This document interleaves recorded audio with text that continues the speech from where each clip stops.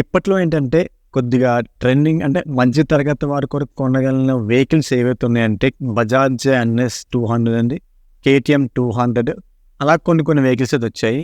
కానీ అప్పట్లో కొద్దిగా స్పోర్ట్స్ బైక్ అంటే చాలా బైక్స్ ఉన్నాయి. అని చాలా తక్కువని బజాజ్ కంపెనీ నుంచి అయితే ఆర్ఎస్ 200, తర్వాత మనకి బజాజ్ పల్సర్ 220F అనమాట. ఆ వెహికల్ అయితే నెక్స్ట్ లెవెల్.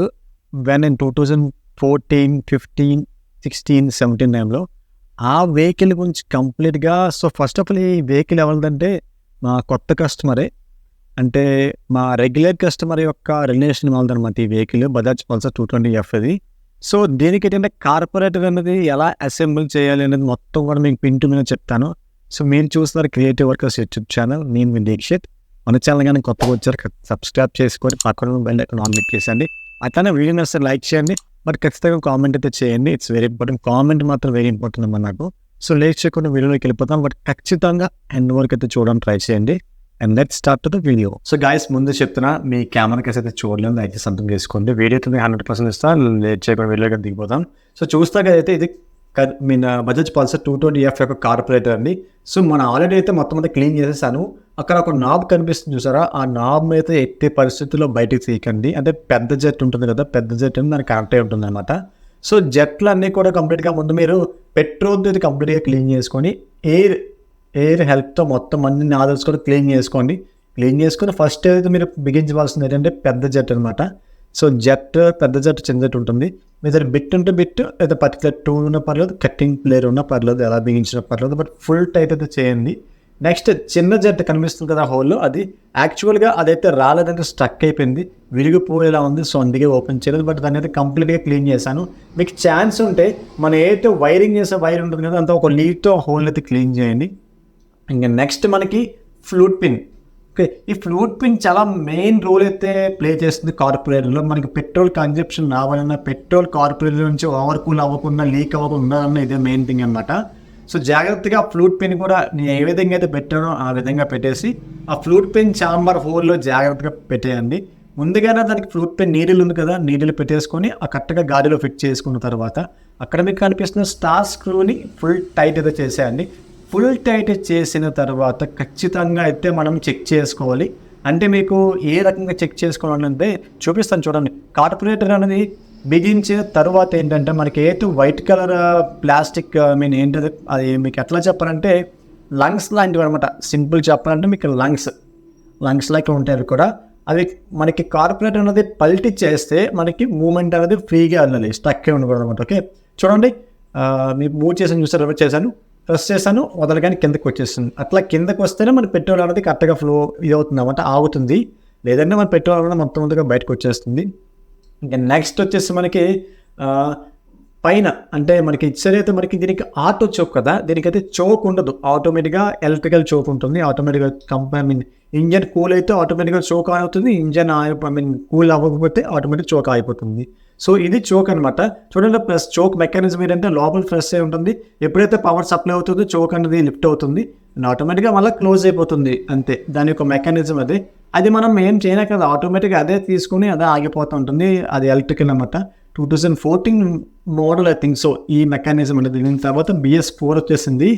సో ఈ పర్టికులర్ మెకానిజం అయితే నాకు నచ్చింది. కానీ ఒక్కొక్కసారి ఏంటంటే రన్నింగ్లో ఆటోమేటిక్గా రేజ్ అయిపోతుందండి బికాస్ ఆఫ్ ఆటో చోక్ వల్ల.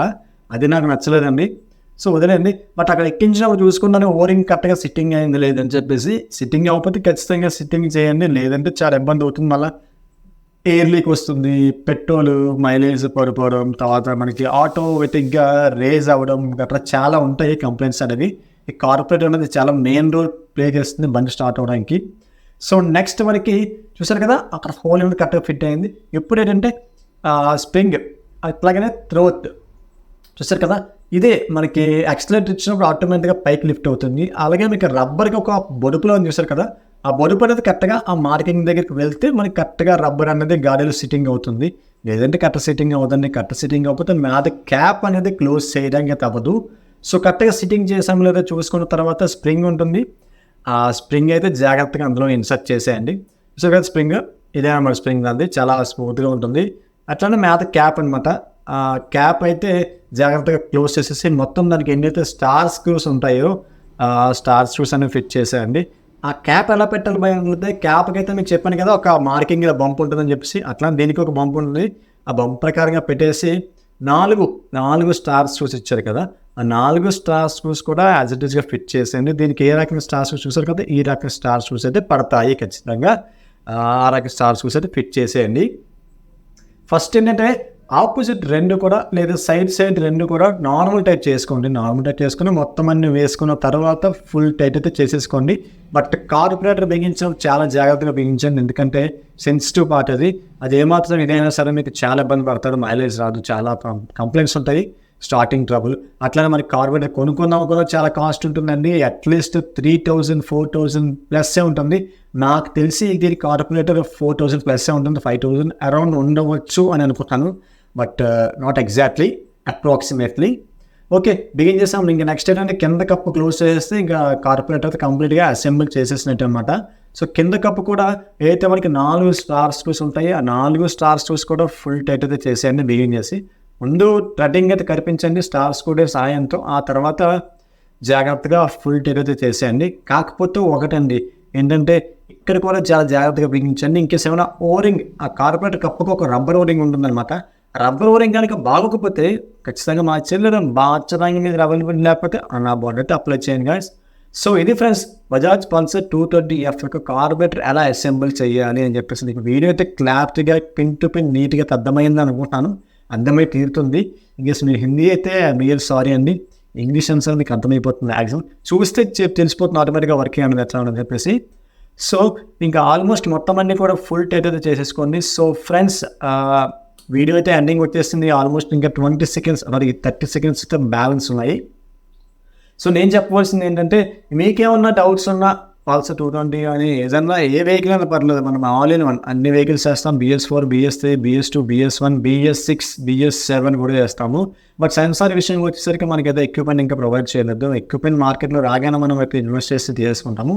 చూసారు కదా, త్రోట్ అయితే కూడా చాలా ఫ్రీగా మూవ్ అవుతుంది. సో మన ఛానల్ కనుక మీరు ఎప్పటికీ చాలా సబ్స్క్రైబ్ చేసుకోవద్దు, please be subscribe and click the bell icon. Video నచ్చితే లైక్ చేయండి, అట్లానే షేర్ చేయండి, కామెంట్ అయితే ఖచ్చితంగా మెన్షన్ చేయండి. నెక్స్ట్ వీడియోతో ముందుంటాను. Stay tuned to creative workers and have a nice day guys.